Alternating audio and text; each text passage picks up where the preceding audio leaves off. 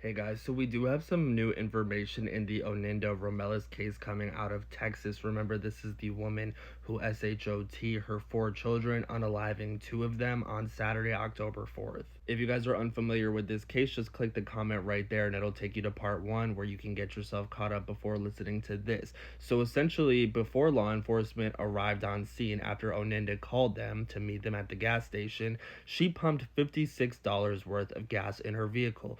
This is while her two children are deceased in the vehicle and two of them are suffering from GSWs. Authorities said that when they arrived on scene, Oninda was alert, but she wasn't making any sense. Obviously, when they found out what had happened and were piecing things together, Oninda was taken into custody. They said that while she was questioned, she looked very paranoid. She kept looking to the door as if she was expecting someone to come in. She looked very worried. When Oninda was asked what had happened, she said, "Instead of them doing it to me, I'm going to do it to them." They didn't really know what she was talking about. They asked her why she ended up calling 911, again in hopes to get some answers out of her, and she said she didn't call 911, she called the devil. She also kept saying she was ready to go to work, so it definitely seems like something is going on up here with her. Now, I started digging into who Oninda was and what she did for a living to try to get some backstory for her. I found out that she did used to be a CNA, but then she shifted over to opening up a business where she would do taxes for people. She also began purchasing properties and locations to rent out to clients and or residents,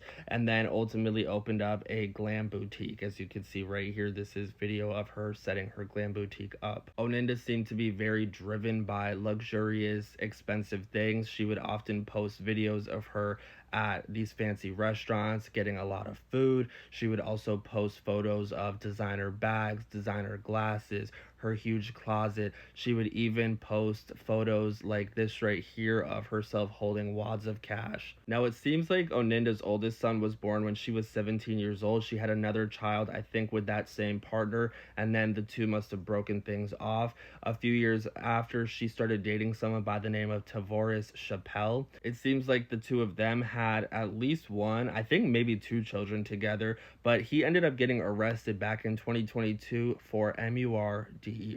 Oninda definitely seemed to have missed him because she would post about him almost every year, photos of them together, her missing him, things of that nature. Now, Oninda was a great mother according to people that knew her, according to neighbors. The children were always happy and got what they needed, and she was always cooking for them and obviously being a good mom. But there were some posts on her social media pages that seemed to indicate that she may have been dealing with something inside.